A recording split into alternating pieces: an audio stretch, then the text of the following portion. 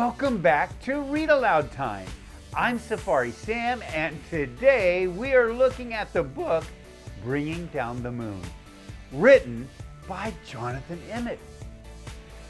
This book is a fantasy. Remember, a fantasy is a made-up story. Fantasy stories have made-up characters and made-up events, and the things in the story could never happen. Remember, I'll be stopping throughout the story to ask questions. Make sure you are a good listener so when I do stop, you can show me how much you know. Are you ready? Let's go! Bringing Down the Moon, written by Jonathan Emmett and illustrated by Vanessa Cabin.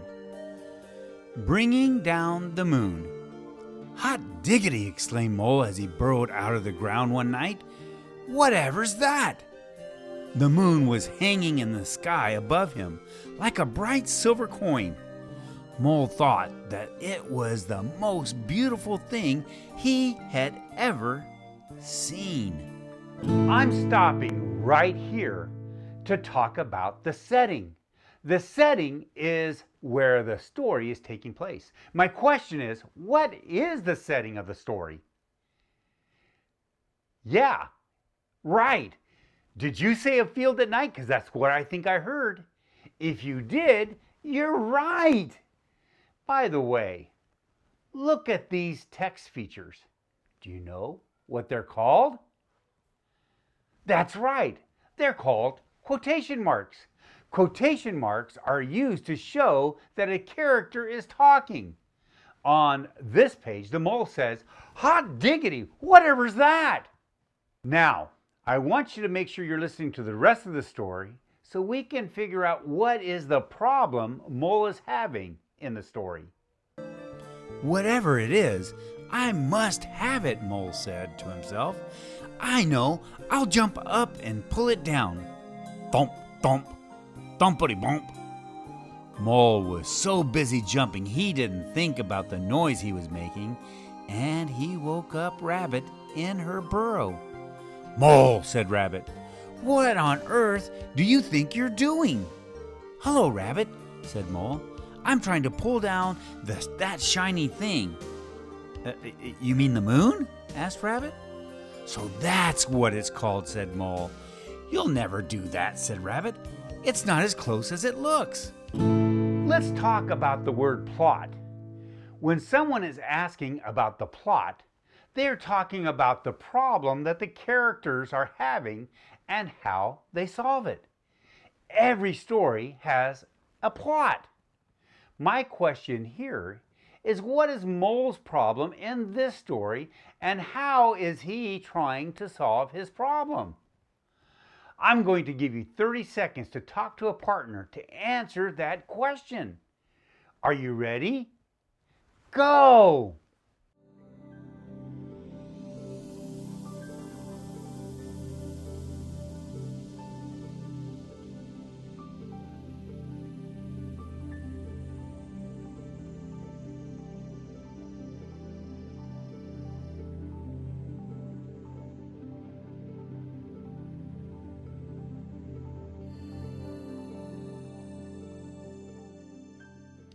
Three, two, one. Come back to me. When I reread the story, I found that the problem Mole was having was he wanted the moon for himself. The way he tries to solve it on this page was by jumping up and down. If that's what you talked about with your partner, put a thumb up. Good job. Now, as we read the rest of the story, pay attention to the different ways Mole tries to solve his problem.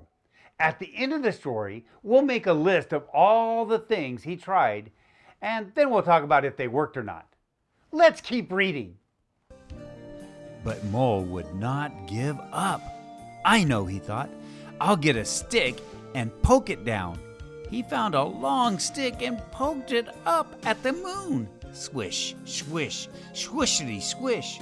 Mole was so busy poking that he tripped over Hedgehog in his bed of leaves.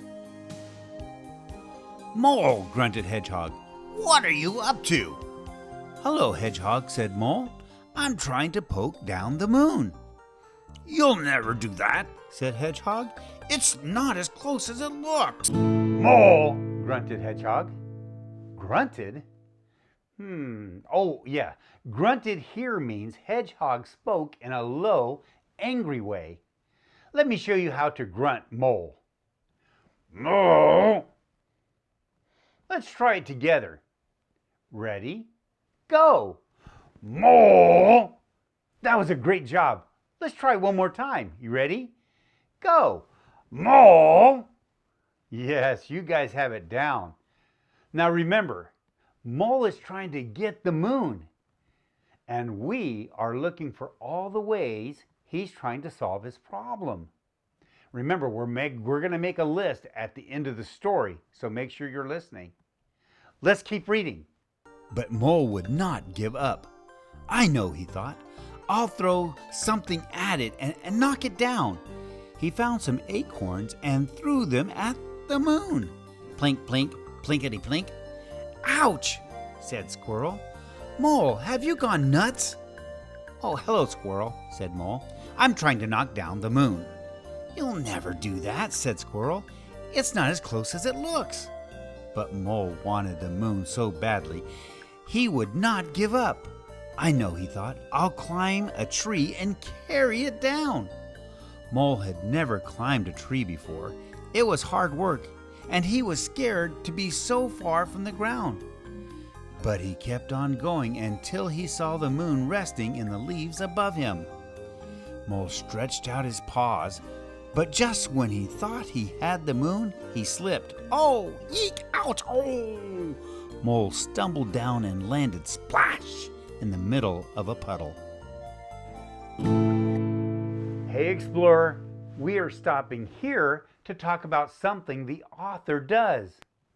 Now on this page, my question is, why does the author use the sound words, oh, eek, ouch, oh, and splash? I think I heard some of the answers. In this case, the author is using sound words to show how the mole fell out of the tree and splashed into the puddle.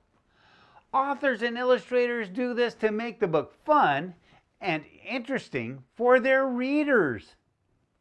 Now we're about to listen to more of the book. And remember, you're still listening for the ways Mole is trying to get the moon. Let's keep reading. "Hot diggity drat," thought Mole. "I almost had it that time." Then he noticed something floating in the puddle beside him. It was pale and wrinkled, but Mole recognized it at once. "The moon," whispered Mole. "It must have fallen down with me." He reached out to pick up the moon, but as soon as he touched it, it broke into pieces and vanished. Mole sat in the puddle and cried. Rabbit, Hedgehog, and Squirrel came running up. Are you all right, Mole?" asked Rabbit. "I'm all right," sobbed Mole. "But the moon isn't. I pulled it down and then broke it. And it was so beautiful, and now I'll never see it again." "Oh, Mole," said Rabbit, "you couldn't have pulled down the moon." "And you couldn't have broke it," said Hedgehog. "And you'll certainly see it again," said Squirrel. "Look." High up in the sky above them, the moon was coming out from behind a cloud. "Oh," whispered Mole, "and it's just as beautiful as ever." Mole, Rabbit, Hedgehog, and Squirrel stood and stared at the moon together. "It is beautiful," said Rabbit. "Very beautiful," said Hedgehog. "Very beautiful indeed," said Squirrel. "Yes," said Mole, "but it's not as close as it looks." Here we are at the end of the book. I want to talk to you about two things before we go, though. Now, the first thing is I want to make a list of all the ways Mole tried to get the moon. By the way, did any of the ways work? That's right. No, none of the ways worked. Now, the first way Mole tried to get the moon was by jumping up and down. We talked about that at the beginning of the book. What was the second way Mole tried to get the moon? Did I hear it? I think I did. Yes, the second way was by using a stick. Put your thumb up if that's what you said. Okay, now, what was the third way? Right. Mole tried to use acorns. Didn't work though. The fourth way he tried to solve his problem was by climbing a tree. If that's what you thought, put 2 thumbs up. Now I want to talk to you about how Mole did solve his problem. We know that nothing the Mole tried worked. So how was Mole's problem solved?